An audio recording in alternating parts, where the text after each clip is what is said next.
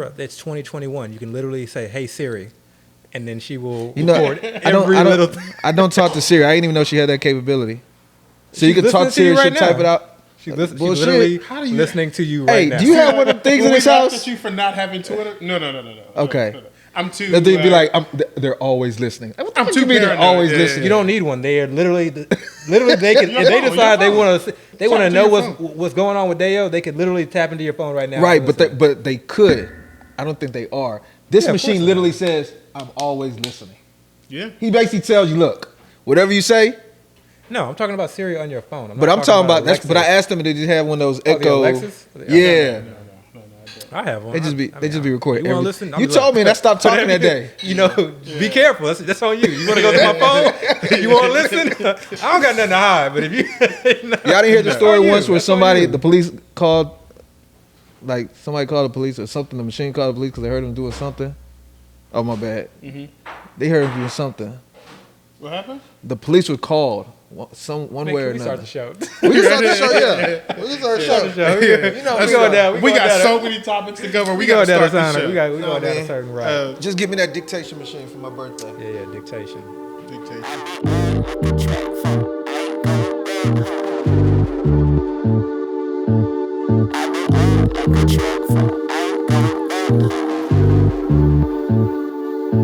I said, God, give me a warning. Please take me for the morning, so I leave more disappointments than I ever will appointments. Give a fuck about your feelings, rub it in. This your ointment can't depend on the oinker. Find your pick. Welcome to First and 15th, the only podcast that's trying to get you paid.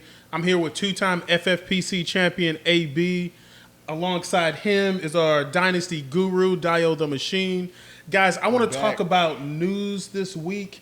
Let's start off with the Texans, of course, our hometown team.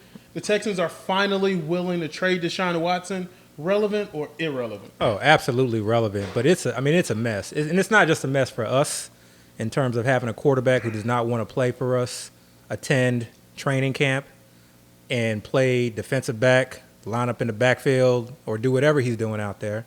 And I have nothing against Deshaun Watson. I just think it's just a bad situation. But it's a mess for everybody else around the league because he's going to go somewhere, okay? So somebody's hopes and dreams from a fantasy draft standpoint is about to get crushed, whether it's, someone who's heavily invested in a Jalen Hurts or, potentially someone may actually gain a little bit as far as, if you've been in on a few Dolphins wide receivers or the Philadelphia Eagles wide receivers. So absolutely relevant. At this point, we can sit here and speculate about where we think he's going to go, when we think he's going to get traded. It's all speculation. It's so much up in the air. You're a lawyer. You probably know better than anyone else how these things are, from a timeline standpoint, are unpredictable, especially with so many different cases out there.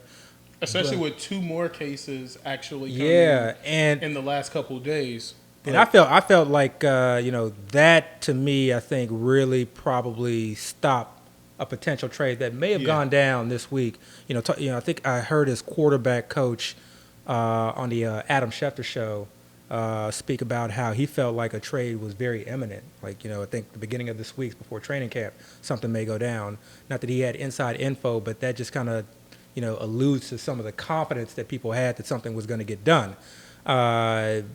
NFL came out and said that they still have an ongoing investigation. So, we don't want to get into the legal aspects, right and wrong and things like that. We can't, be the judge or juror for any of these guys. But all that we know is that right now he's at Texans. Mm-hmm. He's at training camp. But the most important thing I think people just need to realize, and people already know, but just kind of to put in context, he is extremely young. He is elite. He has been proven. Okay, so from a what is it going to take to acquire him? There's going to be a bidding war, even if it's only between 3 teams, and really even only 2 teams. A team has a chance to lock down their future quarterback for the next decade plus, someone who is an absolute game changer. They're not going to pass on that because they're afraid of giving up 2-3 first-round draft picks and whatever quarterback they have on the roster. Dayo, I want to move to you. Let's talk about Sean McVay saying that Darrell Henderson is not going to play in the preseason. Is that relevant or irrelevant? Probably a little relevant, not too relevant. I mean, it basically just says week 1 he's going to be the starting running back out there. We don't have to really worry about injury unless it happens in practice or something like that. But to some extent, you can say it's relevant because what that does, it allows the backups, those guys we talked about last week, to kind of showcase, kind of let people see what they got. And you never know, it could be one of those situations where they look so good during the preseason or in practice that they could start to push Henderson for his job. I mean, it's not like we really just solidify Henderson in that position. I mean, he's the veteran, if you will. Everybody else is a rookie or a one-year guy, so he's been there. But, I mean, other than that, as far as Henderson's value or anything like that, it doesn't change that at all. If anything, it kind of lets us know that we don't have to worry about them bringing in a veteran too soon because Henderson's not going to get hurt. And, if Henderson was to get hurt, definitely they were going to have to sign somebody. So, slightly relevant. I think I kind of disagree. I think it's extremely relevant. I think them taking the precautions of not playing him in any preseason game, and I know there was some talk of that he had an offseason injury that he was dealing with, but he's not on the PUP. He's not on the PUP. So I think they are really wanting to protect their investment. There's nobody behind him that scares me. Okay, I've done a deep dive, and just for me personally, I don't see any talent behind him whatsoever. People can talk of Xavier Jones, they can talk of all the other guys. I really don't see anything behind him. I'm not worried about any of those guys. In fact, I think their ADPs are going to shoot up. I'm anticipating that, and I will be mostly avoiding them where they go. I mean, hell, I saw Xavier Jones go in the 10th round the other day. In my opinion, if something happens to Henderson, they're going to bring someone else in. I said that, though. Exactly. So me spending some draft capital on some of these backups. Oh, I never said draft them. Yeah. I just said it's slightly relevant, Yeah. but I guess what I'm saying is, like, I'm in my mind, for me personally, I'm prepping that someone's going to shine and do something in preseason because it's preseason and that's what guys do.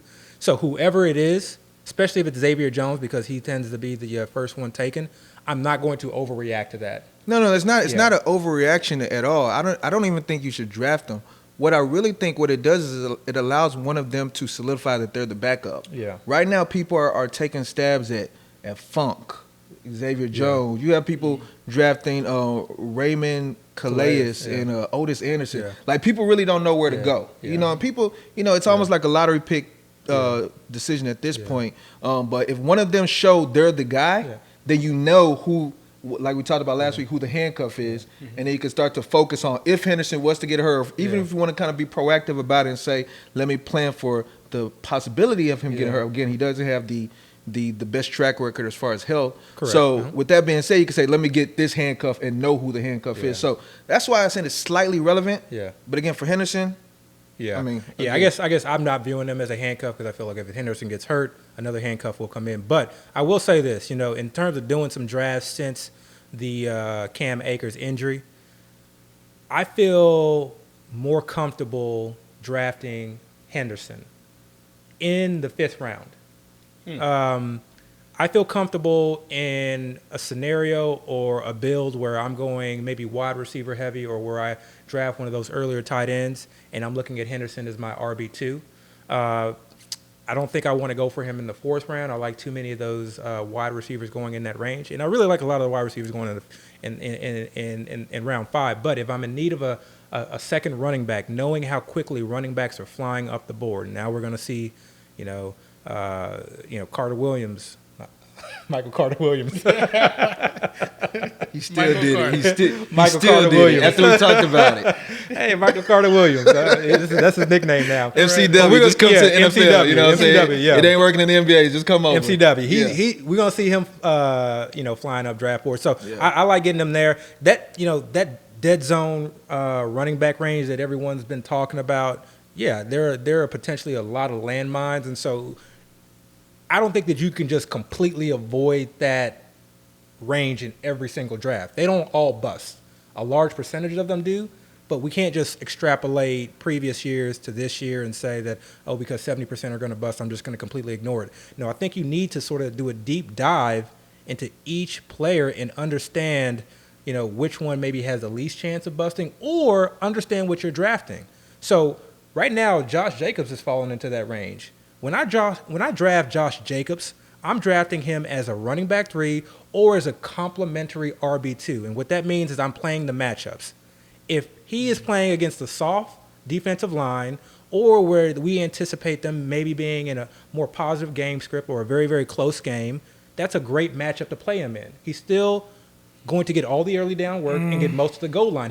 He led the league, or not led the league, but he was top 5, top 6 as far as the amount of carries near the goal line. So he's still getting that. So you can play the odds of when, or try to best play the odds of when to start Josh Jacobs.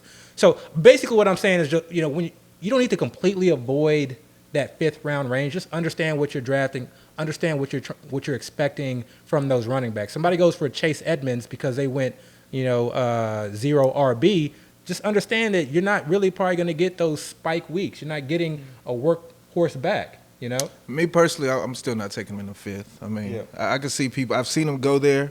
I'm still not ready to just kind of commit to that. I mean, we're still talking about a guy that has been having or has had injury issues in the past. Mm-hmm. He's injured right now, He's not injured right now. He is injured right now. Henderson is not injured right now. Remember we saw that report that he hurt himself during OTAs, and they were saying if he was going to be ready. He's not injured right now. Okay. He's not injured right now. We don't know if he's fully healthy. I'll say that. And he's not. And we haven't seen it yet. I think their first practice was today. Yeah, he's not on PUP, and he is. But not being on PUP doesn't mean you're not injured. There are plenty of players on PUP, on active PUP, who are just kind of nursing. Right, but there's also players that are not on PUP. Kenyon Drake just got put on PUP. But there's also players that are not on PUP that we know are still dealing with the ailment. Barkley's not on PUP right now. Barkley is on PUP. I mean, I'm sorry, not Barkley. What's his name? LJ Howard is not on PUP right now. And we know he's still dealing with something. I mean, there's other players that we know they're having these little knickknacks and they're still dealing with. All I'm saying is the guy has not had a track record of being totally healthy. That's why he's going in the 5th round. We've never seen. I mean, but there's other running backs you can also take in that area that probably have, as much value, if not more, just depending on the circumstance. I'm just not ready to take him there. Yeah. I feel like that's his. I don't want to say his ceiling, but I think that's his high end of his value. If he falls to the 6th, I'll consider him there. But I'd rather go a different round in the 5th round. I think for me, just to kind of put a bow tie on it, from my perspective, I love the offense that he's in. Okay. I love the offensive weapons that they have. And I like the fact that there was talks about getting him involved in the passing game, and we know what he's done on the collegiate level as far as being a receiver out of the backfield. Okay. Was he doing much work? I thought that was the Pollard role.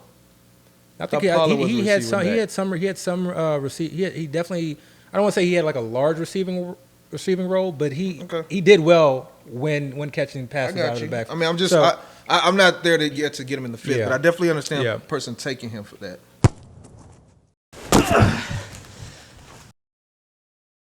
Well, let's talk about the biggest news of the week. Aaron Rodgers shows up to training camp. Relevant or irrelevant? Extremely relevant. I was totally wrong. It's clearly relevant. I was totally wrong. He showed up, and I can't believe he showed up. And it's crazy because since our last episode, there was a couple of days where we thought he was actually just going to retire. Yeah. It went from one way, and then it went totally to the other way. And just, today's Wednesday, so we did kind of get that Aaron Rodgers interview. And he actually said he was contemplating retiring. So it wasn't just something that was just totally out of blue. Yeah. Things got worked out. And you know what they say, deals get done at deadlines or something like that. And, it was becoming a deadline, and one side had to budge. If you ask me, I think maybe Rodgers kind of buckled a little bit. Would you say? I mean, they changed his contract. Both sides won, in my opinion. I mean, they gave, he got the freedom they who won one, though? But honestly, I don't necessarily know. What did he really get? That's what I'm saying. What did he got them to bring over. He got out of his contract for 2022. Okay. No. Out of all of that, the Packers still get their guy. Yep. They didn't have to pay any extra money. Nope. I mean, they didn't have to. They offered him extra money. They did, but they didn't have to pay him. And they didn't cut anybody. They didn't fire anybody. If anything, they brought somebody over who actually might help them out because the receiver room was not the greatest. So, to me, trade final. Yeah, it's final. Yeah, it's final. It's finalized today. Yeah. Even if Cobb does come over, Is that a win that is absolutely for what he put them through? That is absolutely significant for him. For Rodgers, it's significant, I think, not for Kyle. I think, okay, this is where I'm going to get a little bit personal with this from a player's standpoint. I think the days of players just playing and front offices and GMs just doing their own things and things being completely separate, I think that's over. I think when you have an elite player these days, they are going to want input, whether you agree with it or not. But I think you need, from my standpoint, it makes no sense to completely leave them out of the discussion, especially when it is a Super Bowl winning quarterback, a Hall of Fame quarterback, someone who is very, very elite, someone who plays on this offense day in and day out. For you not to take into account their thoughts and ideas of how they can improve this offense and then have them go and lose a playoff game, and part of that reason be because they lack the offensive weapons. I mean, they're like you just mentioned, their receiving room It's underwhelming. is extremely underwhelming. And they very much lack that slot guy. And yes, they drafted Amari Rodgers, and we are all high on Amari Rodgers, but he's still a rookie. And this is a team that wants to win now. So now you have someone who can take over that short to intermediate route, where you have a Devontae Adams, you have a strong running game, you have a mobile quarterback. This is very different than the Houston Texans offense. So I understand Cobb is older. I understand it's been a while since he's been extremely productive. You don't need him to be extremely productive. You just need him to be reliable. You just need him to be where he needs to be. I don't even think it matters what he is. I think that all that matters is Rodgers wanted him. Oh, that's why he's there, yes. No, but what I'm saying is I think literally that's all that matters. Rodgers wanted something, and from the past, apparently Rodgers wasn't getting what he wanted. Absolutely. And they gave him what he wanted. Yeah. Now, Rodgers, now that you've gotten what you wanted, go do what you got to do on the field without any excuses. I think that's kind of – and again, what did it really cost them? They gave up a draft pick. They now have to eat Cobb's salary, which I know is a little difficult to them. But he didn't really get what he wanted. I mean, like, he's been asking for things for years. No. Again, I still think the Packers won. Oh, gotcha. Because I don't think they gave him much. What I'm saying is they kind of threw him a bone. Like, here, take this. Yeah.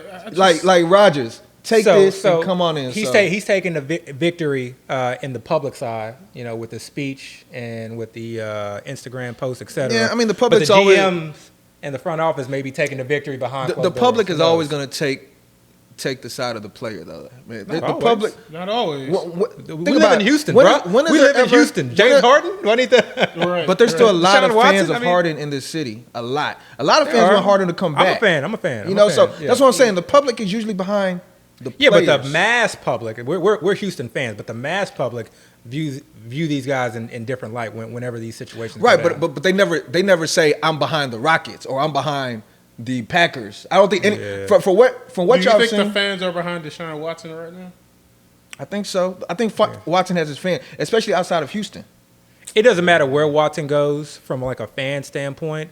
Whatever city he goes to, it's probably going to give the typical speech. Look, what has happened. May apologize. He feels the need to apologize. See, y'all are talking more so from like the total public. I'm talking about the football fans. That's what I'm getting to. The football fans. I think the football fans are more concerned with being behind Watson and what he can do on the field. That's what I'm getting to. Rather than the cases. That's what I'm getting to. Is like once he gets to his new city, it's a fresh start. He's flipping the page. So as long as he's winning there, fans probably are not going to care. I think right now, if tomorrow we found out all the cases were dropped, whether he did it or not, like that's not even the question. They were just straight dropped for whatever. Say he settled. He just straight up settled. I think all the Watson football fans will come back and be like, okay, now that it's settled, where's he going? Where's he going to play? We want to see Watson on the field.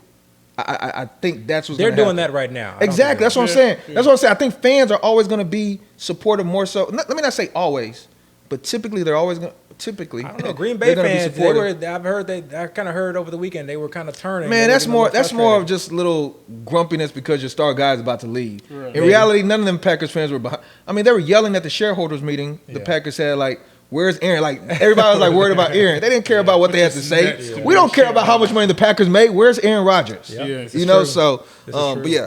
But go ahead. But let's move on to the Saints. I also want to talk about another big story. Oh, the Saints. Let's talk about Michael Thomas is expected to miss the start of the season this season. That hurt. all high on Michael Oh, Thomas? Very super high. high. Very high. Super high. Very high. Relevant or irrelevant? Oh, absolutely relevant. relevant. What the Absolutely hell? relevant. So, Dayo Yeah. brought up a very important point in fact in our group chat in terms of we still don't know when the surgery occurred, so we still don't have an exact timeline. We don't have specifics of anything. Because if it occurred June 1st, that's one thing. If it occurred June 30th, that's a completely separate thing. That's 4 weeks plus. Yeah. So that makes, and I'm not looking at this from, I kind of joking that, as fantasy players, we always sort of kind of take the optimistic viewpoint. Well, okay, 4 to 6 weeks from surgery day, 4 to 6 weeks, in terms of recovery. Oh, he's going to beat that. He's going to be back in 8 weeks, if not 7 weeks, because he's a beast, right? But we don't know. We don't know if he's going to have setbacks. We don't know if he's going to. We don't know if he's going to be 100% when he plays. We don't know if he's going to be used as a decoy. We don't know the specifics of the surgery just yet. We don't know and we don't know anything. when the surgery occurred. We don't know but we anything. do know there is this, let's just call it a 2-month timeline from the surgical date. And today, Sean Payton talked to the media. And if you haven't had a chance to listen, please Google it. It's not hard to find. 30-second clip where he just basically talks about his frustration with why this surgery was not done sooner, okay? So to me, that already automatically means I think he's going to miss significant time. Defining what significant is, I don't know. So where he goes in drafts right now, it's a gamble. It depends on how risk averse are you. If you want to draft him and take a chance in the 5th round because you think he's only going to miss 4 weeks and you think he's going to be back to 100%, week 5, maybe that's where his value should lie.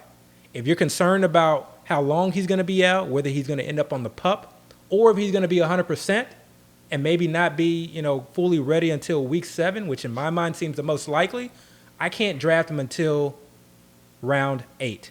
And especially in a FFPC format or these formats where, the last 3 weeks, not including the very last week of the season, are the money and tournament weeks where your entire regular season is really only 11 to 12 weeks.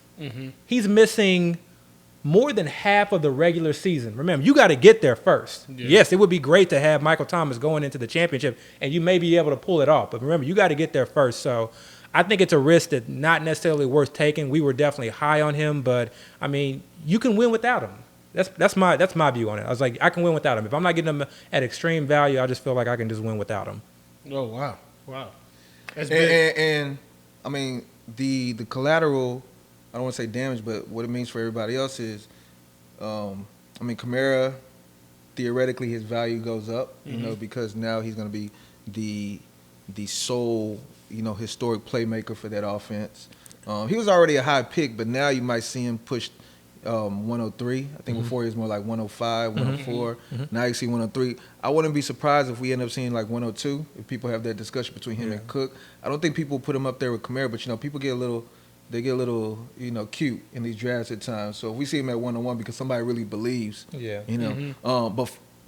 but other than Kamara, He's going to be a dividing player. yeah, maybe. I think if we see him in practice and he's looking good, his value will solidify a little higher. Yeah. But the biggest beneficiary of this to me is Troutman, Adam Troutman, the tight end. And I was already high on Troutman before the news. Yep. The reason I was high on Troutman, number one, they got rid of everybody in the room. You know me. I feel like the more people in the room, regardless of talent level, if you have people in the room with you, then you have a risk of losing snaps or opportunity. When the people move out, somebody has to play that position. And he's the I don't want to say he's the lone guy in the room, but he's the highest touted guy. That and the fact that going into the draft, I was scouting him a little bit. He is a damn good tight end as far as receiving. He was a tight end. receiver. Yeah, He was their leading receiver. He was killing it in a red zone now, front. I think it was a lower level. It was. Not program. It was but like a Division III. Yeah. But still, he was murdering him out there. Yeah. And I remember during the draft, they traded some Traded picks up. to get him. And you know how I feel about trading up. Yeah. Somebody trades up for a player, they really respect the player They for whatever believe. reason. They believe into him. Yeah. So, again, everybody's gone.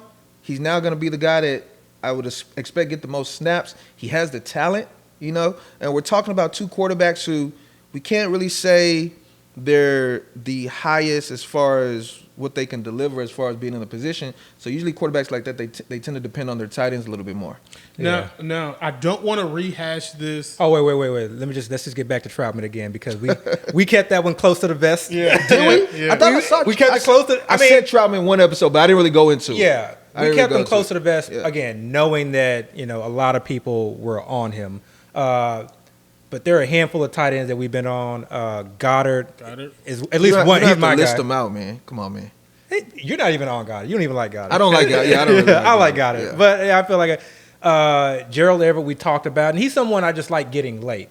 But Troutman has been that guy that I just want to target. The problem with drafts. Troutman, though, is, and it's funny, because I actually saw you do a draft last night. Yes. The Go District with Theo and And Shelley. I reached for him. They live streamed it. You know, that you reached for him. You did reach for him. I reached for him. The thing with You got Troutman to go is get your guys. when I was getting I had the Troutman. one pick, though, too. Yeah, I know. When I was getting Troutman initially, I was getting him in the 12th round. And I was getting him in the 12th before I really, truly believed in him.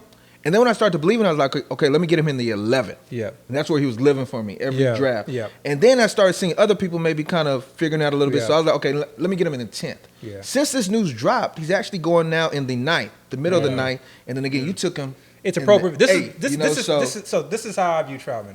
Wait, they really wanted him? I don't know if they said they wanted him, but they were happy. I just knew he about wasn't the going to pick a come back to me. So this is my view on Troutman. Okay. In my opinion, he is still a sleeper pick. Okay. The reason that I am on Troutman is because I think his upside is Jimmy Graham with New Orleans Saints. Oh, Do I think he's going to produce those numbers? The likelihood is probably not. But keep in mind, who was Jimmy Graham's head coach?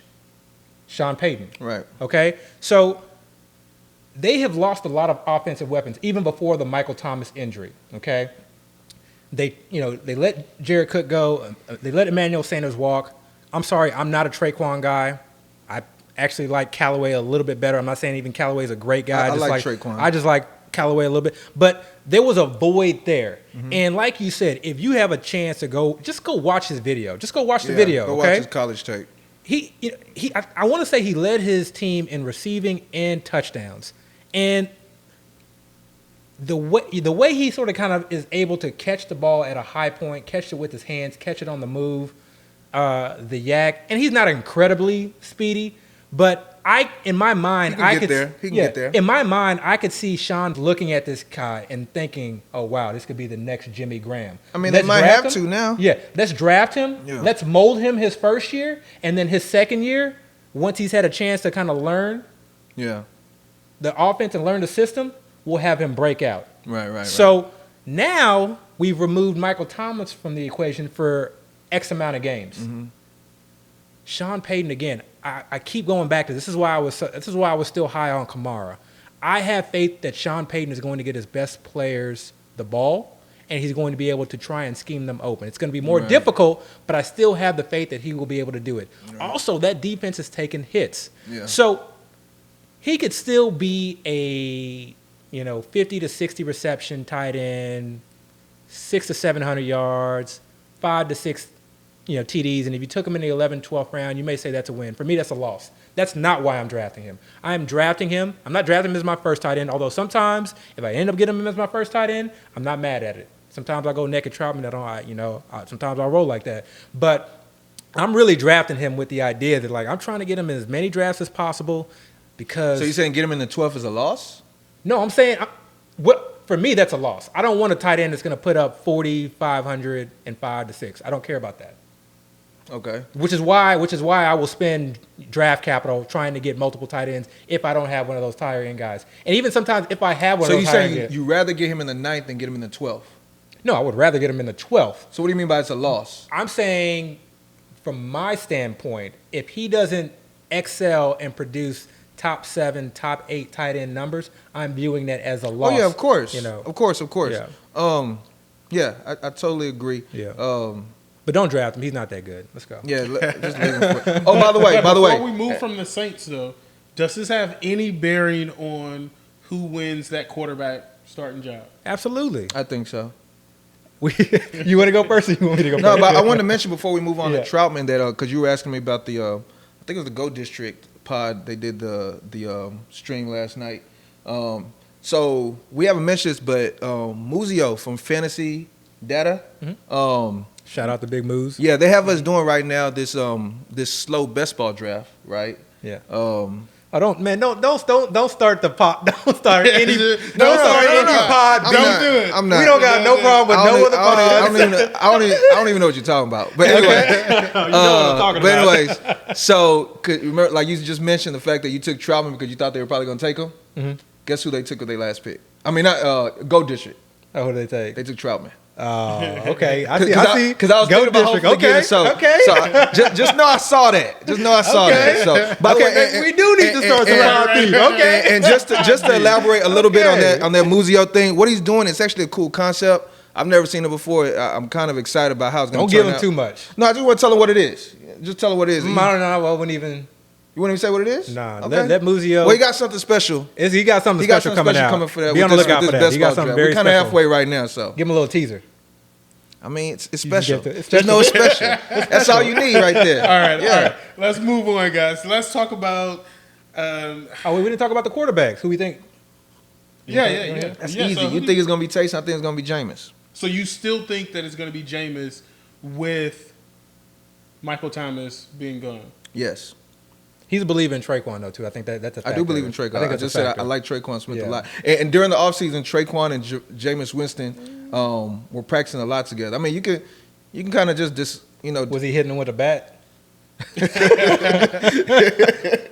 have him run around little cones or whatever. Yeah. Oh man, James with his They crazy got the workouts. Best, he got the best workout video. No, but I think they did spend a lot of this offseason Yeah. together, like them Yeah. two. So they have, to some extent, they have to build some kind of rapport. And I like Traquan Smith, even kind of coming out of college. He was a third-round pick. Yeah. He's kind of underwhelmed. He definitely better with Winston. Yeah, so- And probably Taysom Hill than But Breeze. to be honest with you, we don't know. We don't. It's really Yeah, all in that's not Sean spending Payton's much time on it, mind, yeah. and we can all guess. But you know how Sean Yeah. Payton plays those games. Yeah. He can have us thinking it's one thing one way, and then totally flip the script. He can even do a thing where he like alternates. Yeah, games or something. yeah, and that's definitely. I mean, he could do co QB, but if you don't, Oh, that would be. if you got two nightmare. QBs, you have no QBs. But That'd be a nightmare. Yeah. Yeah, I'm on the Taysom Hill side because I just think to me they you take away a weapon, okay, you add a weapon, and you add that weapon with Taysom Hill's legs, his ability to be able to run. But like you said, I 100% agree. It's speculation. And I'm not gonna go too far in this, but don't forget Taysom Hill can also be a weapon on the outside. He can be a tight end or They got slash Troutman for receiver. that. They got Troutman. I'm just saying he could be another guy they could throw to. That's all I'm saying. So. Well, let's move on. Let's talk about Lamar Jackson testing positive for COVID. I think COVID is going to be something that's really going to affect fantasy football. What do you think? It affect is. It's going to be the same this as last coming up year. season. Yeah. Is that relevant or irrelevant? Yeah, it's not. I don't think it's relevant so much from. Actually, it may be relevant for Lamar because we know that we blamed his. Let's just call them failures from 2020 on the lack of offseason, not being able to work with his receivers and them not being able to expand the He passing does have game. a lot of new weapons this year. Yeah, but he does have a lot of new weapons, and they did get some work does in need that work. minicamp. Yeah. So he is losing work, and that's significant. That's at least 10 days that he's losing from work. That's true. I think it's questionable whether he's vaccinated or not. But COVID is definitely going to play a role. We don't want to get political with getting vaccinated or not getting vaccinated. I don't mind having that discussion. You know where to find me. But to me, knowing if a player is vaccinated or not has a small impact, okay? From a standpoint of if there are two players who are just equal, and I know this doesn't happen that often. Usually you got a guy that you're reaching for, but if there are two players that are just equal and I can't decide, and I know one player is not vaccinated, I'm probably going to side towards the player that's vaccinated, just knowing what I know in terms of the less likelihood of getting COVID. Now, we know vaccinated players can get COVID too as well, but I'm just going to play the odds. I'm going to play the numbers. I think that rarely comes up, but it's more so from a standpoint of you just got to be prepared. And I think this is a key factor that the NFL put out, that they may just cancel a game and not make it up, okay? So you may just not get a game if an entire team comes down with COVID. And that's huge. That's huge, and luckily most teams I think are kind of reaching that threshold of 75+%, and that number seems to be growing by the day. Whether it's done voluntary or what some would consider involuntary. It's improving. It is what it is, but it's definitely something that as fantasy players we're going to have to deal with. You're going to have to pay attention. I think most people are drafting more than one quarterback these days anyway. Not to say that you have to, but that may be something that you may want to consider if you don't want to have to deal with the hassle of finding a random QB on waivers the night before game day. See, but here's the thing. Last season, there are some people who sort of discounted Cam's regression because they said that he caught COVID and that affect his production on the field. What if that affects Lamar's production, that he caught COVID and he doesn't respond? Luckily, well? we have quite a bit of time between now and apparently he's asymptomatic versus when the season starts. Right. Okay. So, and again, a lot of Lamar's value comes with his legs. He's had some work with these receivers. They brought in some new additions. I love their new additions, and I'm still high on Marquise Brown. Okay, probably one of my highest owned players. But Lamar Jackson isn't the only quarterback who is going to miss some time. Dak Prescott, Dallas Cowboys, grade 1 shoulder strain, relevant or irrelevant? Dayo. It has to be relevant. Come on, man. All injuries in camp have to be relevant because now it starts a watch. Like now it's the Dak watch. Because here's the thing about injuries. And he probably sees it differently than me, but when an injury occurs, I hear all these people say it's a such and such weak injury. It's this, that. I literally don't care because it could be one. They could say it's 6 weeks. It can end up being 4. They could say it's 6 weeks. It can end up being 10 weeks. I think when they throw out those weeks, we didn't get this false sense of, okay, this is when I'm going to get him back. And we've all seen these instances where a guy comes back, he's not truly fully healthy, or like Galladay last year, he ends up lasting longer than we thought. Galladay ended up missing the whole season.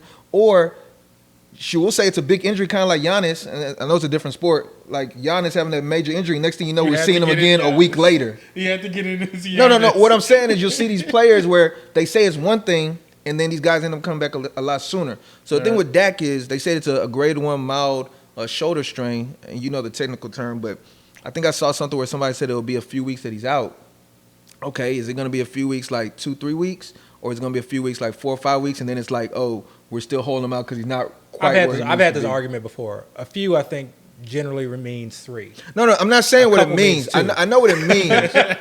I know what it means in the sense of the word. What I'm saying is what it actually ends up being might not be what they say it was. I don't think people put out these projections and say, okay, he's definitely going to be back in this 4 to 6 week span. What they're doing is they're giving you an average based on historical data. I get that. What I'm saying is I don't take that information. If they say he separated his AC joint versus a grade 1 muscle strain, those are two completely different things. I understand that, but what I'm saying is I don't look at the number they put on it and say, okay, this is when I expect my player to be back. I do. I don't do that at all. All I know at this point, all I know is Dak is hurt.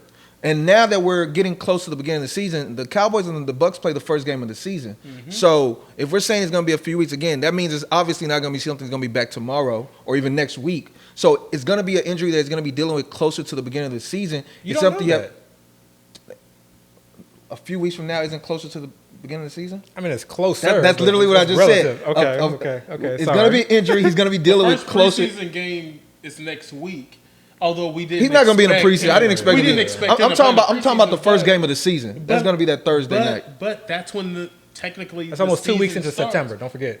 Not 2 weeks, like a week into September. Oh, like a week plus into September, like a week and a half. Okay, but regardless, again, if they're saying it's a few weeks, that's the injury. We don't know if it's something he's still going to have to work his way through. We don't know if he's going to have a setback or anything. Yeah. So it's something we have to watch now. So it is relevant. Oh yeah. I'm not arguing that it's relevant. I'm just arguing the fact that the timeline we just got to completely disregard.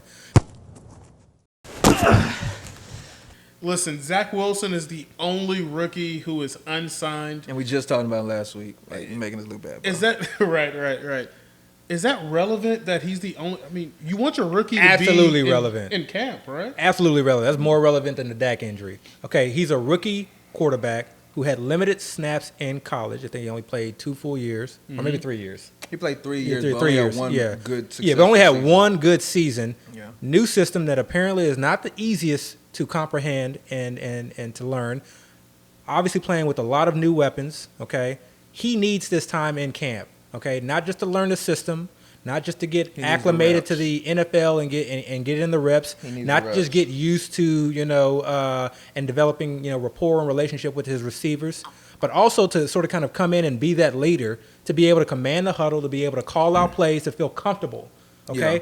Playing in New York, he needs to be in that building yesterday. right, okay, right. so not that I was drafting a lot of Jets wide receivers anyway, but to me, this just points more towards Jets really leaning on the run. I never saw this as an offense that I know people want to stack. I have zero. If I did 100 best balls, I would never stack the Jets. Now, I don't I have that little confidence that this offense is going to explode. I don't. For me, it doesn't change anybody's value whatsoever. I do think it's relevant because, like you stated, he is missing reps. He's a rookie quarterback. Those are valuable, but I think it's going to get done soon. I mean, I have nothing to kind of base that off of. Yeah. But he is their number 2 overall pick. He's their franchise, and we're talking about a GM that's supposed to be competent. It came from the Eagles. We talked about he's done a good job. Joe Yeah. Douglas. So Yeah. they'll figure it out. I think it's all about offset language. You know how that stuff goes. The great thing is they got brackets now. They have Lawrence's deal. They have Lance's deal. So whatever the deal is, just has to be somewhere in between. It's just offsetting legend. Yeah, it's just offsetting language. But All they that said stuff. they're not budging. The I Jets saw are not that. budging. I saw Can that. we talk about That's Trey some ignorant Lance's stuff deal right there. being fully guaranteed? All the rookie wide receivers have fully guaranteed contracts. All the rookie quarterbacks? No, all the rookies. All the rookies. They get fully guaranteed contracts. Oh, really? now. Yeah, that was part of one of those CBAs they did in the past.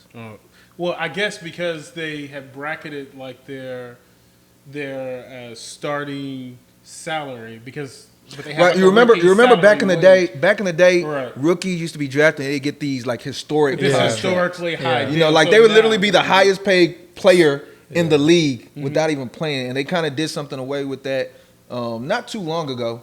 Where now there's Sam like Bradford. a rookie scale. Sam Bradford, that boy. I think he's the last one to get the crazy contract. Yeah. Sam So, yeah. Bradford. So let's stay on But quarterback. to speak on that, and I don't know if we're going to touch on Lance. That is a good deal for us Yeah. because we did. We're Lance guys. They were Lance guys before me. And we can talk about this another day. I don't think they're just going to totally discard so- Garoppolo. We need to talk about this right now. Okay, we're going to talk about it 'cause now. I am extremely high on Lance. I love grabbing Lance as many times. I do like as Lance can in my too, and I am draft. drafting him as I mean, well. I hit the button, I draft Lance, and I smile. It's just like, damn, Yeah. today was a good day. But understand again, it's all in context. When I'm drafting Lance, I am fully drafting him with the thought that he may not start 12 games, he may not start 8 games, he may not start any games. Okay, I understand that's a risk that I am taking, but I understand the upside. Yeah, And that's, when I that's say- why I'm high on him Yeah, too. and then when I say upside, I don't mean that he's just a running quarterback. To me, he just seems like the perfect fit for this offense. Yeah. Okay? Yeah. Again, I always say this, go back and watch the tape, then go through all these Shanahan, San Francisco 49ers games in your head. Yeah. Understand that they got guys like Brandon Ayuk. We love Brandon Ayuk. Debo Samuel, George Kittle, Jalen Hurd. Jalen Hurd, your boy. Yeah. Let's not forget about Jalen Hurd. Yeah. I was listening Muhammad to something. Sanu. I mean, even Travis Benjamin. I mean, they got all these guys that can stretch. I was listening to something last week. It was a beat writer for the 49ers. He was actually saying the way they ran their offense last year with Garoppolo, you can see there were certain plays that set up a quarterback running, but Garoppolo is just not that type of quarterback, so he couldn't take advantage of it. And what did they end up doing? They ended up trading all that draft capital to get the type of quarterback who can probably be successful doing in that type of system. So we were high. And for me, and I'll let you get back to what you were saying, but for me, the reason why I kind of came around with Lance is because, again, I do think Garoppolo is going to start the season, and he might not. I have a 49ers fan that I was actually talking to not too long ago, one of my boys, and he told me there's a 50-50 chance Lance could get that starting gig. So I get it. It's a I don't competition. think so, but I do believe Lance is going to get starts this season. So you listen to your boy, but you wouldn't listen to me. No. Y'all think he's gonna start week 1? Y'all think? I didn't say no. I never thought. I never said he was gonna start week 1. We never said But again, No, but y'all were saying because they gave up all that capital. I never said he was likely going to start week 1. I one. said he was going to see significant. Number one, You don't draft a quarterback that high without expecting him in this NFL, expecting him to play early. Like, I'm not. he views things differently. He does not looking at historical data. I'm not there yet. Applying it to. I'm not there yet. You know, I think because again, the 49ers are a team built for a run right now, and it's not usually a case where you get this high draft. That's what gives me the little bit of reservation. Yeah, it's not usually a case where a team gets this high touted quarterback in the draft that is already Super Bowl ready. Usually these are teams that are and they are Super Bowl ready or had a bad season for whatever reason. And the Niners again, they're Super Bowl ready. They're Super Bowl ready. They're Super Bowl ready. But yeah, I just love how Lance complements this offense. I love the weapons. Right. I've already talked about the schedule. You can't. I don't care how hard it is to predict schedule. Go look at his schedule, especially during the money weeks. It looks like it's a good schedule, but I don't even think the schedule even matters. Once he gets that job, it's just that add a little bit benefit. But when rookie quarterbacks come in, teams don't have much tape on them. Right? They don't know. They're not really sure what's gonna happen. Yeah.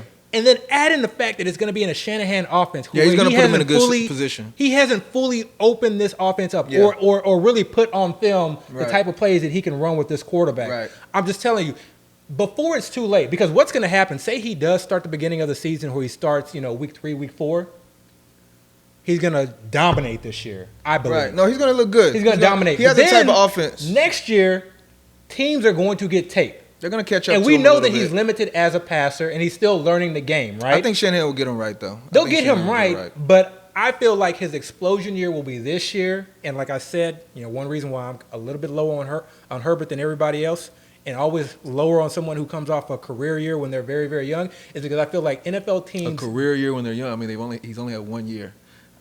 Lamar Jackson. That's why I didn't draft Lamar. A large amount of Lamar Jackson last year is because I felt like especially because teams will watch film, and if you are one-dimensional or you have certain tendencies, they will watch film and they will adjust. Right, and but you will see a Lamar's dip in best efficiencies. season. Lamar's best season was his second year. Yeah, but he didn't really start his first year. Right, he didn't. But they had a little bit of tape. They on him. didn't really institute that offense that first year. Yeah. They changed their offense up a little bit. They changed it up a lot. So again, and we don't have to go too far into Trey Lance, but that is extremely relevant that he signed his contract. That means he was on the practice field day one. He's getting all the reps he needs to get, or that the coaches want him to get. And we like his potential. We definitely do. So that is very relevant. I don't know what's in this drink. I'm giving up all the not that other people aren't on these players, but Yeah. All right. So let's talk about Burrow. Burrow is actually cleared for full participation in the in training camp. Relevant or irrelevant? I think it's relevant, but I think it's a little bit misleading. Yes, I don't believe it, man. He's cleared, but he's not getting contact. He's not probably not playing. It kind of goes back to what I was saying a little earlier too. Like he probably not on the PUP. Yeah. But I think he still has something. that he needs to kind of. So I think better. people read that clip, and I think we put on our optimism hats, and we just think about the best case scenario that week 1, he's going to be full go. That offense is going to catch fire. Right. No, I honestly believe that he's going to struggle a bit coming out of the gate. He's going to have to get used to that knee. Mm-hmm. He's going to have to get a feel for the pocket. He's going to have to take He's not even playing preseason, right? No. So he's like his first game action is going to be week 1. Yeah. And I expect to see a lot of stuff close to the line of scrimmage. I expect to see a lot of Joe Mixon work. I expect them to protect this quarterback, especially because that O-line is still coming into form. Right. It's still probably going to be, bottom half of the NFL, if not, close to the bottom as far as NFL O-line rankings. So, just them just going out and just dominate coming out the gate. I don't see it, but I think he'll get there. I think he might. Just be patient with it. I think he might get there early, if not by week 1. Like, I think there's good reason for optimism there. I don't think he's ready right now. Let's stay with injuries for a second, though, because Devontae Parker is on the pup. Also, Curtis Samuel, who I was high on, to be honest. Dayo, you sold me on That was my guy. what, episode 2? I don't remember. 2 or 3? But you sold me on him. I've been high on him. Relevant or irrelevant? I mean, it's an injury. I mean, when you're high on a player, nobody can predict injury. I'm still high on Curtis Samuel. I still believe in what he's going to do for the team and his position on the team. He got hurt. Now, whether the injury is something that lasts, again, you can hear all these people say it's a whatever week injury or whatever. We don't know. We're on the Curtis Samuel watch now, you know? We'll see what happens. If he goes out there next week and he's practicing full, then all of this will be, nothing, But that's one of those things you just kind of have to play it by ear. If this causes his ADP to dip, for me, that's a good thing. I'm actually going to be able to get more Curtis Samuel if I draft more teams. He's going in a range where it's not going to hurt you. The range he's going in, it's not going to hurt you. I'm not a Curtis Samuel guy, but the range he's going in. I mean, I've been seeing him go higher.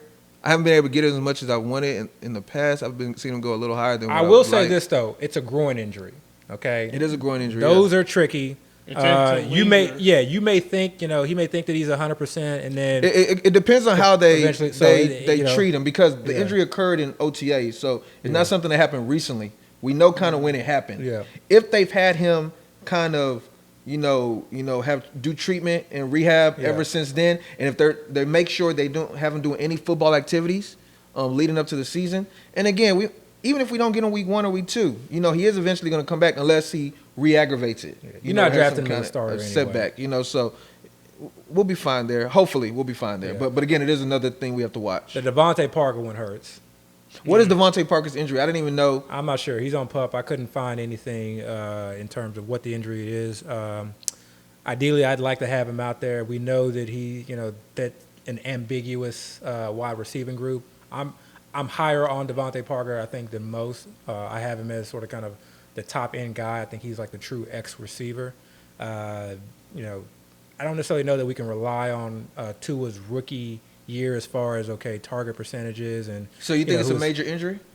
I don't know. I can't speculate. Here's the crazy thing about it is, but I don't. Here's the crazy thing about this week and all these PUP, people being put on the PUP list. Some of them I'm concerned with to some extent. Some of them I'm really not that concerned with, because I feel like they might take them off like in a couple of days, or in a week, or it might be just something where they're being cautious about, So a lot of so it's really one of those things like, do I take this seriously, or is this something where I just kind of say no big deal, relax, just watch how it plays out? So, obviously today was like a day where like a lot of training camps, opened up. Mm-hmm. Our group chat was on fire. Yeah. Okay, we were just sending out mass texts, from in terms of beat writers, the Athletic, et cetera. Anything we can get our hands on, anything that was relevant. And I think you bring up a good point. It's not that we're taking all these bits and pieces of information, Devontae Parker being on the PUP, and I'm saying, okay, now I got to drop him, X, amount of slots in my ranking. I'm really not doing that for most of this news, but I talked about, I used this kind of analogy earlier. Like, to me, the NFL landscape is like this 4-dimensional puzzle. All of these pieces of information, news, video, clips, fluff pieces, any bit of information that we get, these are all just pieces to that puzzle, okay? And right now, we may be sitting at 5%, at 10%, depending on, where you think you are in your drafting process. But you don't get to 100% until the end of the NFL season, okay? So you're not going to be 100% as far as being able to predict outcomes.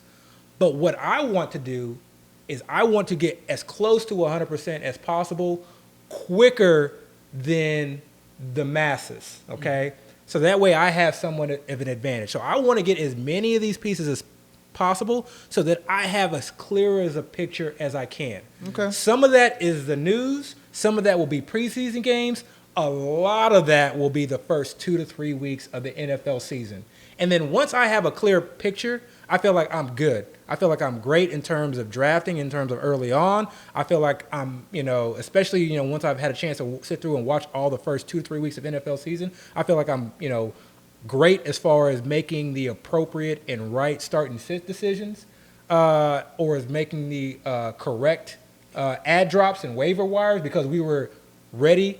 We were aware of certain guys. We followed the news, and I saw that he received a certain amount of snap percentage, or he ran a certain amount of routes, or he was missed on, or the quarterback looked his way, on four or five of his, drop back targets, Yeah. So all those things kind of play a role, and I think, you just gotta use all of this information, but you have to be cautious and careful in terms of how it affects your overall drafting and ranking, et cetera. So for me, and I like your analogy as far as leading up to 100%. I kind of do it a little differently. Maybe not that different, but for me, I do want to get as much information today. Yeah, that was again. You said our group chat was on fire. It was. Every piece of information we thought to some extent was relevant. Fluff or not fluff, we dropped it in there just to be aware. But that's the thing for me. I want to just kind of be aware. I legit put value on nothing. Maybe not, let me not say nothing. Maybe more injuries. I do put value on injuries. But other than that, I don't put value on anything. What I do is I just kind of soak in all the information, whatever it is. Like I don't care what it is. Somebody wore crazy cleats this week, and Waffle cleats. Yeah, Waffle House cleats. I want to put a player is disgruntled. He's worried about his contract, but he's still just everything. And then I go to the next day, which is going to be tomorrow, and I want to see what's said tomorrow. And then I go the next day, and then what I'm basically looking for, I'm looking for these patterns, or what Sigmund Bloom, football guy, what he calls the drum beats. Yeah, the drum beats. I want to hear that same beat over and over, because then when I'm hearing it, okay, this is something that's just not nothing. Because you can get a drum beat one day, the next day it'd be something totally different. Like when people look at day one today, they look at, okay, this guy was running with the first team offense and yada yada yada. Okay, you take that and you kind of run with it. What if tomorrow they come out and the backup is now running with the ones? So now all that information you got yesterday that you basically ran with, now you got to kind of reel that back in and say, whoa, I got to look at this a little differently. And then what if the next day they put somebody totally different in? Now you're looking at the situation as maybe they don't have anything solidified there. Or on the other side of the fence, maybe it's a guy was starting today, like you said, Michael Carter Williams. That's what we're going to start calling him now. MCW. MCW. He started today with the ones. Tomorrow, what if he starts again with the ones? And then on Friday, again, starts against. Now you start looking at like, okay, maybe this guy is actually the starter. That's a pattern there. Mm-hmm. So that's kind of more so what I look at. I don't want to just say anything I saw today is totally irrelevant. I just don't put any value on it whatsoever yet. And I'm a patient guy. I'm a patient guy. I'm not doing any drafts today or tomorrow or anything soon. So it's not like any information I get is going to make me sway my value, or I need it to sway my values. And like you said, we do like to stay ready. For me, staying ready is just being sure about things. I always say, I feel like the media in today's day and age, they rather be first than right, And I value more so being right, even if it takes me a little bit longer to get there. You value facts. Yeah, I need to get my facts. I feel like people just don't care about facts anymore. So, and this is going to be hard, if you just are hearing this for the first time and you're just tuning into our podcast, or if you've seen all of them.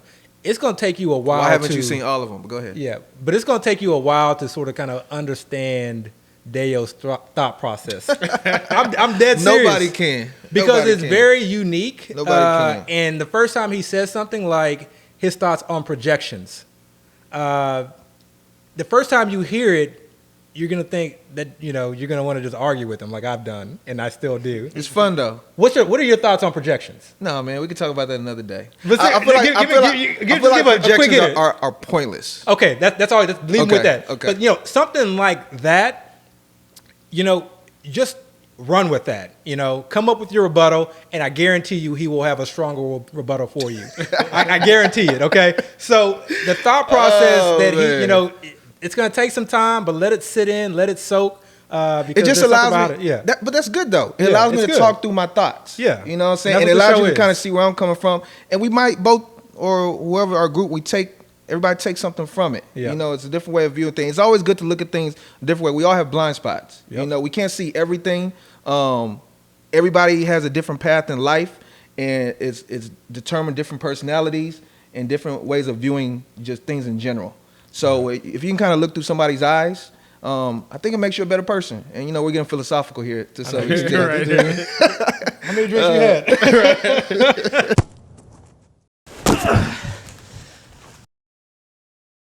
All right, guys. News is coming in fast. I have a quick question that I do want to ask you guys. When news is coming in this fast, and I expect news to drop like this Every day. There's single news week. dropping right now while we're on the show. Like, hurry up. Right. Right.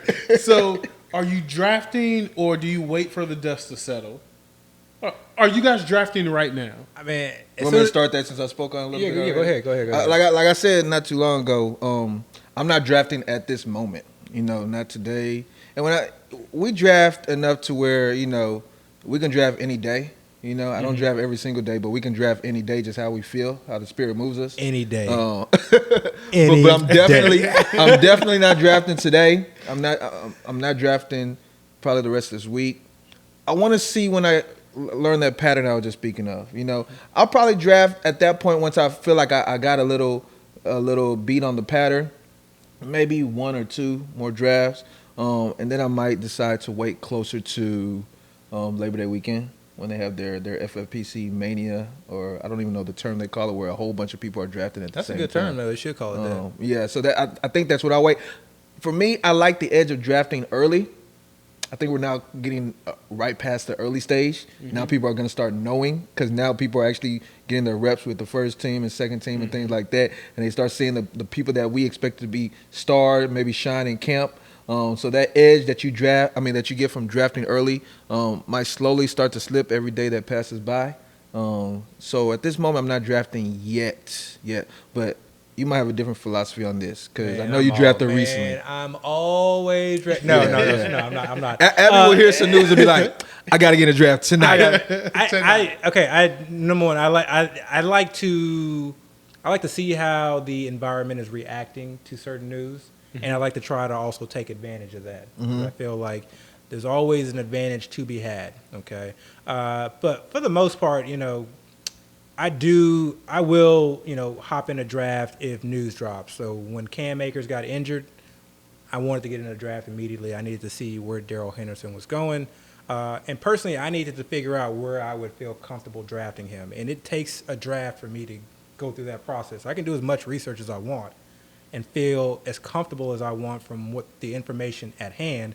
But it's not until I'm really on the clock and I have money on the line that I can really determine, okay, being on the clock is a true serum. This is really where I feel comfortable drafting Darrell Henderson. And then we'll come regular season, we'll see if that ended up panning out. I'm also running out of credits soon, though. So, so once I run out of credits, we'll see. I don't know. We'll see. It's a little different feel when you don't have free credits that you can just hop in any draft that you want. So you got to explain that to them. So once you become the champ. No, they ain't become. It's about becoming the champ. Now I've got some free credits too, and I ain't a champ yet. But if you win your league, or even if you place in your league, no, I think you have to win it. Or maybe they give it to second place as well. Yeah, man. I'm not sure. I don't finish second place too often. Yeah. But I'm playing. But no, when you win, they do give you free credits to use towards the next season. Yeah. You can decide how you want to get. Sometimes they give you the option. Sometimes they give you the option of whether you want credits, you want money for winning, or whatnot. So he's talking about all these credits that he's won recently. So, and from a tax perspective, the credits are better. It's also a better value. Shout out to FFPC. They probably appreciate that. No, it is. You're right. And I mean, if you plan on winning the league one year and then you're just done and out, then take the cash. But if you plan on playing, I mean, the credits are the way to go, even if you don't use them all in a given year. So so he'll use those credits all the time. So yeah, I'm constantly drafting. I think I also like the idea of just having unique builds, but I base those builds off of what the current boards look like. So early on, I was very heavy into getting 2, if not 3.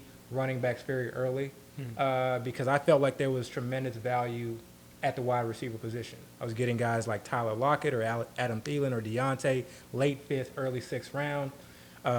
Jerry Jeudy was going in the 7th round, 8th round at times. So I was getting the guys that I really wanted at tremendous value. That has since corrected itself. Some of that's been injury, some of that's just sort of the field catching up or recalibrating and readjusting values on certain players. And we've seen a lot of those guys move up Cooper Kupp, you could at one point get in the 6th round. We've seen a lot of those guys not move up even just 1 round, but 2 rounds in some cases. So now I'm creating builds where, okay, maybe I go 1 running back earlier or a tight end and grab one of those elite wide receivers. And now I'm exploring the idea of dabbling in that dead zone running back region where people don't want to be. Because if I find one that hits, if I find that 30% that hits in that round 4 to 6, 7 range, and I have those elite wide receivers and an elite anchor running back, I feel like I may have a unique build. But I feel like now is a more appropriate time for that build. So I like to just, we started this podcast off by saying we study boards. That's what we do. Right. And I constantly do that. Constantly, I'm looking at ADP and looking at where boards are and trying to determine what's shifted and what I can take advantage of and what I can't take advantage of. Mm-hmm. So, Dayo, I know that you're saying that you're not drafting now, but is that a product of the news that's coming in, or are you just taking a break and just kind of protecting your mental health? No, I think because my mental health is fine. First off, my mental health is fine, but I just think I'd rather just get as much information as I can. The thing with drafting all the way up to this point is there really wasn't any news for me that really swayed values. There wasn't really anything that was able to come out. We weren't getting any practice information. It's not like guys were getting hurt during this July month. So the values were kind of static. It was the same. Now that we're going into camp, values are going to start to move around, for one reason or another. And again, I'm a patient guy. I'm not trying to be fast. I'm trying to be right. So I want to kind of hear or get kind of a better feel of what's going on. So again, I just kind of rather get as much news as I can. And then if I see maybe an opportunity, kind of like how Abby does when he sees something that happens that might sway the markets one way or another, I might decide to jump in there. But at this moment, I'm kind of just holding on. I'm studying, though. I'm studying. So I'm looking at these boards, seeing what people post. I actually watched, again, Abby's live draft yesterday. It's kind of cool seeing a draft because you can kind of see. Who did the live stream again? It was the GOAT district. Oh, that's right. Okay. Shelly and Theo. Yeah. So that was kind of cool. And they actually Shout were out to speaking OG. they were speaking about the draft, so you kind of hear their thought process. And also knowing Abby was drafting too, it was kind of like I was kind of in the room, per se. So that was kind of cool. So, once I feel like there's a swing in things that maybe just something's overcorrected one way or another, or something has not been valued properly and I can kind of eyeball it, I might decide to jump in there and take advantage. The crazy thing is when I do decide to jump in the draft to try to take advantage, I just end up just missing out on the dude. It's like You have to be positioned. Yeah, some people can take advantage of all the just goodness that falls to them, and you can be at the back end of that just sad. Like remember when Barkley was going in the second? He might still kind of be going in the second. Yeah. And I was like, man, I got to get in this draft. Him and Jonathan I got Taylor. a draft. I picked 10. I was like, okay, if he's going in second, let me get such and such guy now, and then I'm going to back door and get Barkley in the second. He literally went the next pick. I was like, damn. Yeah. And that's the only reason I got in the draft. Yeah, and I did the same thing when Aaron Rodgers decided to, or when it was looking like he was going Retire? to not retire, when he was going to come back. Mm-hmm. Actually, I did too. Yeah, I did one the weekend where Vegas and a lot of the bookies sort of kind of pulled off all the that whole NFC North off the books, and I got into a draft thinking, okay, let me go after Devontae Adams. Let me hope that I'm in position and go after Devontae Adams or Aaron Rodgers and get them while I can in the second. And I got Devontae Adams in the second round. Mm-hmm. It wasn't at a major value, but it was a second round value. So that's where sort of I use that news to position myself to try and get some value. Yeah. And then as soon as he did sign, I wanted to see, okay, how quickly were the markets going to be able to correct? And I remember I had a back end pick, and I think I had the 10th or 11th pick. Mm-hmm. And I had a chance to take Adams. In the first? In the first. But knowing I can take Adams in future drafts in the first, I said, let me see if he can fall to the second. Right. Adams and Barkley. I think I had the 11th pick. and then They with went the in the 12th, 12 hole. Barkley and Adams. That's exactly very what smart, happens. very Yeah, smartly They done. knew who but- you wanted. They took the guy that you wanted to Yeah, spite I mean, you. it was because Eckler fell to the 11th. You don't oftentimes see that, so I feel let me take Eckler. Let me see if I can get lucky with one of these guys falling to the second seed. Yeah, Right. it's small little value. It's not anything that's So it major, doesn't but- always work out, but Yeah. those are times where you probably would jump in just to kind of take advantage if possible. So let's talk about Tua for a second. I started to add this topic to our news segment because Coach Flores, gave an interview saying that they're excited about Tua this coming up season. That's fluff. I know, but listen, you guys believe that Miami would be better served in moving Tua and maybe going in a different direction. I'm not going to say the direction that y'all are saying that they should go. I'm going to allow y'all to kind of go through Well, there. I don't me think say- we've let- ever said that, let- though. well, yeah, Well, I've never said that. Well, Maybe let me you say, have. okay, this may be just a little bit more than fluff. I don't know what's the next level from facts, and relevant, news to fluff. Yeah. But I think it's a little bit more relevant just because this Miami organization, particularly Flores, they really haven't come out and just been like, oh, especially him. He's not come out and just said, oh, I love Tua. He's our quarterback. And they, what they did to him last year, I baffles my mind in terms of taking him in and out of games. Yeah. Yeah. And putting him in a position where he clearly was not ready, and he even said as much that he really didn't have a full understanding of the playbook. Coming off a significant injury, Yeah. no offseason, new system, and you just and they basically just kind of threw him in there. But you also got to remember that last year when it was obvious to everybody Fitzpatrick gave him the best opportunity to get to the playoffs and be successful, they kept saying after every game, Tua is our starter.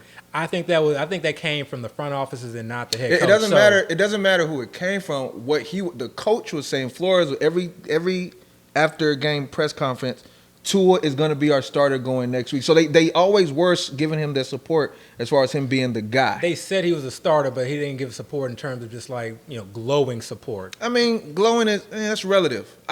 What I'm saying is the same way they were giving him support last year. What he's saying now is yeah. probably on the same We'll agree to disagree on wavelength. that one. But I never said Tua wasn't the guy for them. I actually have been a Tua fan since his Alabama days, since even Yeah. high school when he was in Hawaii. Tua is great. What I've always said was, and you're speaking of Watson. What I've always said was the Dolphins have one of, if not the best, potential package that they can send to the Texans to get Watson. And I know that's one of the teams that has spoken on, or maybe not directly spoken on, but rumors have said have been interested in acquiring Watson's services. If that was to happen, if the Dolphins were to be making a decision between Watson and Tua, I think they would probably take Watson. Oh, I think a lot of teams would probably take Watson, absolutely. but I don't think they're just trying to get rid of Tua. I don't No. think I don't think they look down on Tua. They know there's a chance they don't get Watson. It's probably a high chance they don't get Watson. If they don't get Watson, they're going to be left with Tua. Yeah. So you just can't poison that relationship when Dude, nothing's not imminent. They played this situation perfectly. They signed Will Fuller to a 1-year deal. Right. Okay, I think it's about $10 million. Okay, so nothing just crazy. Not a crazy Yeah, amount. 9 or 10 million. Yeah. They have Devontae Parker. They already got him on. They already had him under contract. Right. They got Gesicki. They re-signed him a year or two Yeah, ago. yeah. Gesicki, I think, is still on his rookie deal. And they Gesicki's gonna drafted be a him. free agent next year. And they drafted a tight end. Hunter Long And from then Michigan. they drafted a rookie wide receiver in Waddle, who they can use in multiple ways. Right. So they created an offense. Albert Wilson's back too. Albert Wilson's back. Yeah. I like Albert Wilson. So they created an offense that will not only help Tua out, but will be enticing to someone like Watson, who has a no-trade clause. Okay? So I think they did a great job in terms of disguising and basically playing both sides of the fence here. I still like Tua. I like the idea of this Miami offense really being something that you can get a lot of value in multiple ways. Running back position, whoever it is, they're both, Myles Gaskin may still have some value, and Malcolm Brown himself can have value. They got other guys too. But from a wide receiver, they're all going very late. Yeah. Getting Devontae Parker, in the 12th, 13th round is to me, nice value. If he doesn't pan out, he doesn't pan out. But that's potential. He's going more number like one. the 11th, but yeah, Yeah. maybe the 10th. The problem I got with the Dolphins though is, and I don't care. They have 2 offensive coordinators. That makes no sense to me. Yeah, I don't. They have Gotze, and they have. And I think he'll be the Studeville. one mostly calling the plays. And I mean, we can assume, but the fact that they have 2 and not 1, two heads trying to figure something out, I don't like that. What's the thing they always say? If you have what they say for quarterbacks, if you have 2 quarterbacks, that means you don't have any quarterback. Yeah. We don't know if that's the case for offensive coordinators. I'm just saying, it just seems like it's the same for quarterbacks. It just seems like it's the same thing. And Gotze used to be the offensive coordinator for the Texans back in the day, so I definitely recall the way he was. That's when we had like 6 or 7 quarterbacks. Like we were like all of our quarterbacks kept getting injured. You know? No. I mean, we had a quarterback there. I just don't think his offense. I'm just talking about his offense. I wasn't as excited about his offense. So that's what I'm saying. That was a year where we had multiple. That year we had multiple quarterback injuries. I think we had like 4 or 5 quarterbacks. yeah, but even before the injury, just the offense that I saw him putting out there, it was a little suspect. So that's the thing. I like Tua. I like the pieces. The Dolphins are set up to be successful, if you ask me. They have a good offensive line that could be well above average, and they have offensive pieces in place. I mean, I don't know if their offensive line is that great, actually.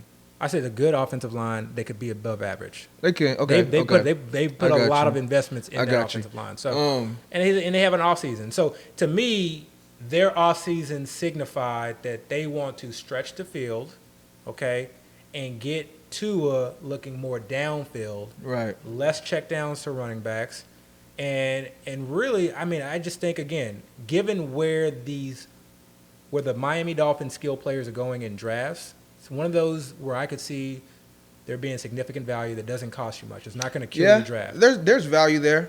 Definitely not going to disagree with that. Yeah. But we could see Watson. I mean, if Watson. That's what I was saying. I think you were saying that they might not be sold on him.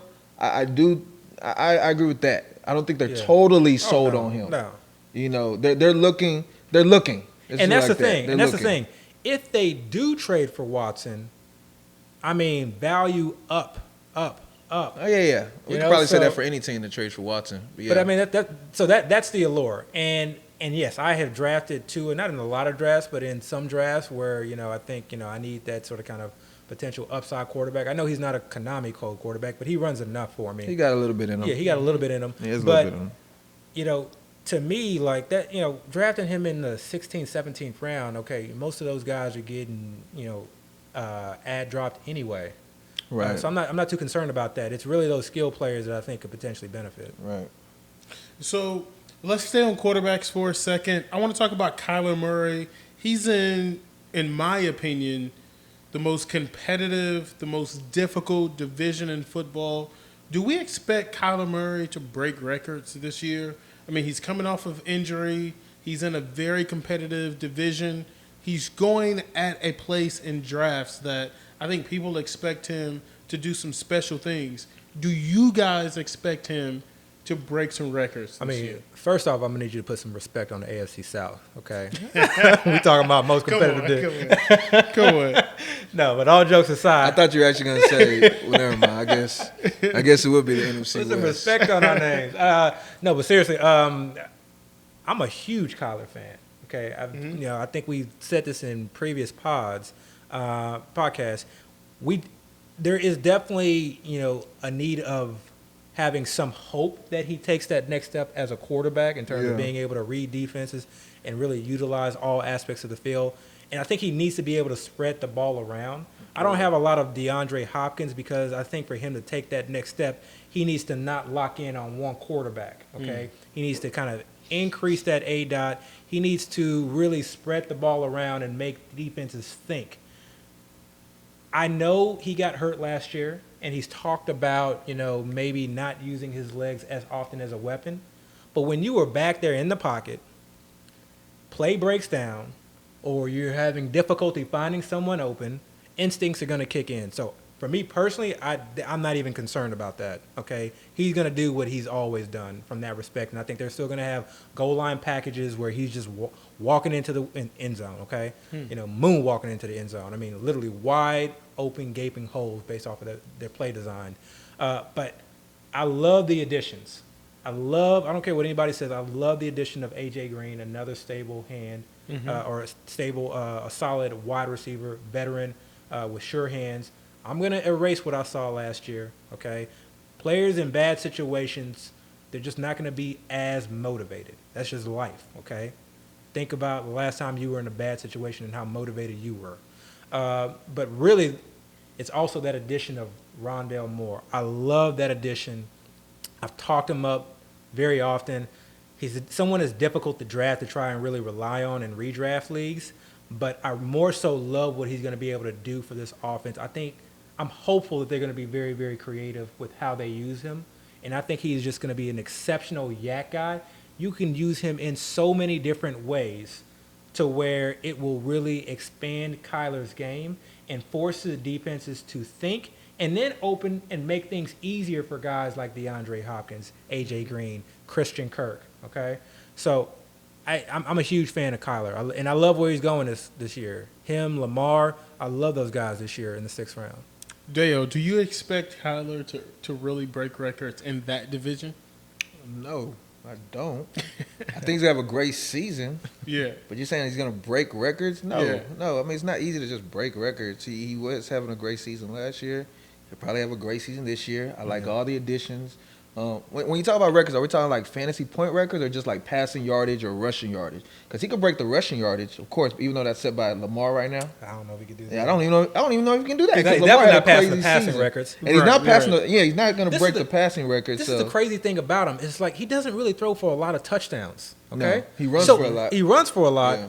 But if that offense can really break through and he can really improve in the passing game, I'm telling you, he's just going to explode. He started off last year. With his stature, though, and coming off an injury, do you expect him to run as much as he did last season? Yes, I do. I don't know. That's us getting into the mind of Cliff Kingsbury because he saw what he did last year. He ran a lot to start the season. He was doing great. They were very successful, but then he got hurt. Mm-hmm. And then when he got hurt, I don't know if it was the coaches reeling Murray back or Murray himself saying, I can't run as well, or maybe defense is just getting a better hand on how to contain Murray. Something happened. We all saw it. Yeah, combination of all three. So I don't know what they're going to decide to do this year. Are they going to say, well, we were successful, let's go all in on this, you just tweak it a little bit? Or are they going to say, you know what, that kind of was a little bit reckless, so let's back up a little bit and let's utilize all these new weapons that we brought for you so you don't have to run as much? Or is it going to be a mixture of both? Status quo, same thing as what we did last year, and just keep it moving. Ain't no telling. Let me tell you what they're not going to do. They're not going to ground and pound because who do they bring in for running back position? Oh, yeah. And how much do they pay him? Yeah. And I'm not talking down on James Conner, but just go look at the contract. You know what this offense is. Right. No, it's still going to be it's still going to be a passing offense because it kind of has to. Yeah. Like you just said, they're in the same division as the Rams, the 49ers. Who's the 14? The Seattle Seahawks. Seahawks, yeah. All these offenses that we expect to be high octane, putting up a lot of points. They're going to have to be in shootouts. I mean, you got some good defenses in the division as well, but these offenses are tailor-made to put up as many points as they possibly can. And the Cardinals are going to have to, keep up. So definitely they're going to have to throw a lot, utilize their strengths, which is Kyler's legs, Hopkins, playmaking ability, Rondale's playmaking ability. Yeah. And I even like James Conner's pass catching ability better than I like Kenyon Drake's. Kenyon Drake is the most confusing player in the world to me because I remember him in Miami, and I think that's what most people are drawing from, and I get that, and I understand that from the standpoint of what he can do in the passing game. But if you go back and watch what he did in the passing game when he was with the Cardinals last year, it was terrible. He did not look like a pass catching back. I don't know if people are leaning on his Miami days. I think what people are more so leaning on is the days when he was traded to the Cardinals and how he finished that season. Yeah, he was a league winner. He did at the end of that season. I think that's what people are still but I'm speaking more hanging from their head on. I'm speaking more from a passing game standpoint. So Gotcha. I think I like. He just looked very uncomfortable last year in that role. I think the main reason why a lot of people are looking at Drake as what he's going to do in the passing game, I think more so of it is because of the way Gruden has talked about him. Oh, they paid him a contract. They talked about right, it. right. Not even just the contract. Like Gruden has just kept talking him up. Like They're going to utilize him in the passing game. I think Drake himself says, I'm Yeah. going to be a weapon in the passing game. And he's, that beat drum, everybody just keeps hearing it. And number one, he's injured. But different Yeah, he is offense, injured right now. different offense. They talked about him bulking up last year. And somebody put a stat on Twitter this week where they said Josh Jacobs, his whole career has only had one target on third down. Oh yeah. That was So we're looking at the other option as somebody that's not utilized much at all. And in I'm the not passing game. comparing 2020 Kenyon Drake projections. I'm talking about what I saw on film from Kenyon Drake in 2020. How little he offered in the passing game. Yeah. I think James Conner will do a better job from a standpoint of helping Kyler out.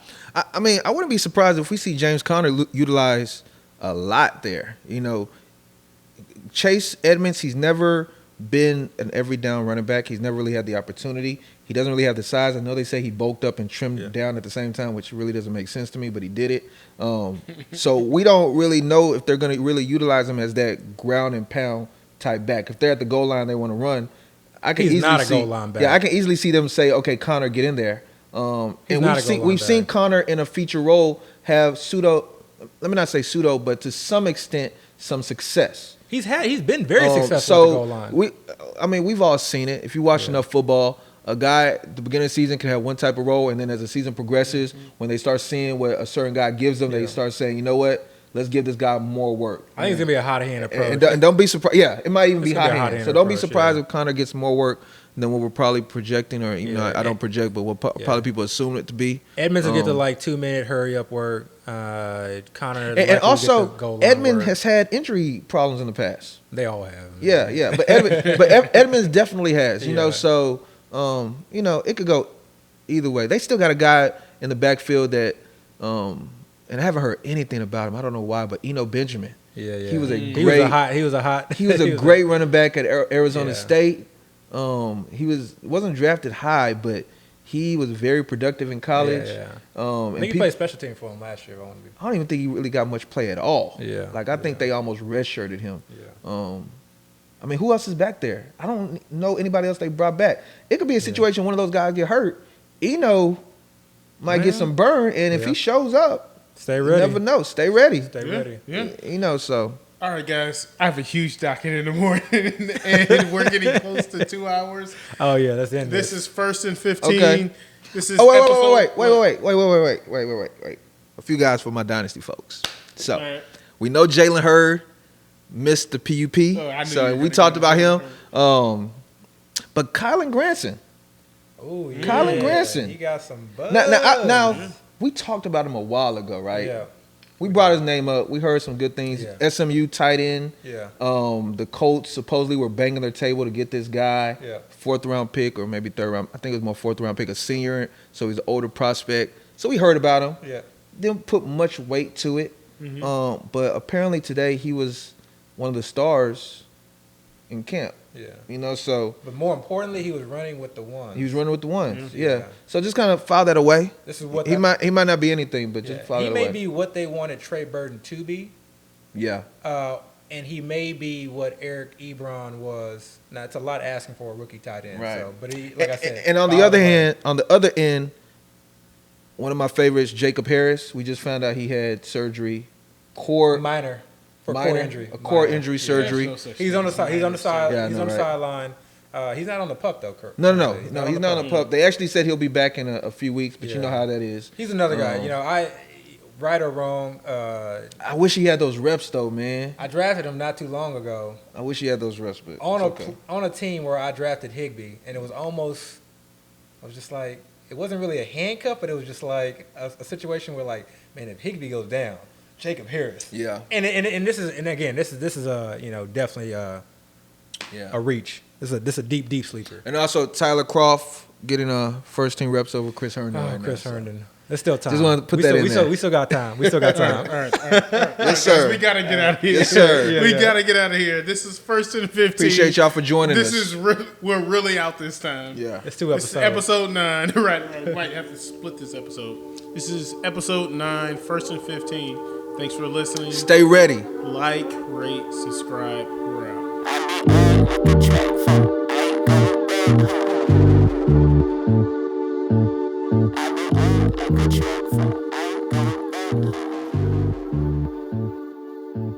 I said, God, give me a warning.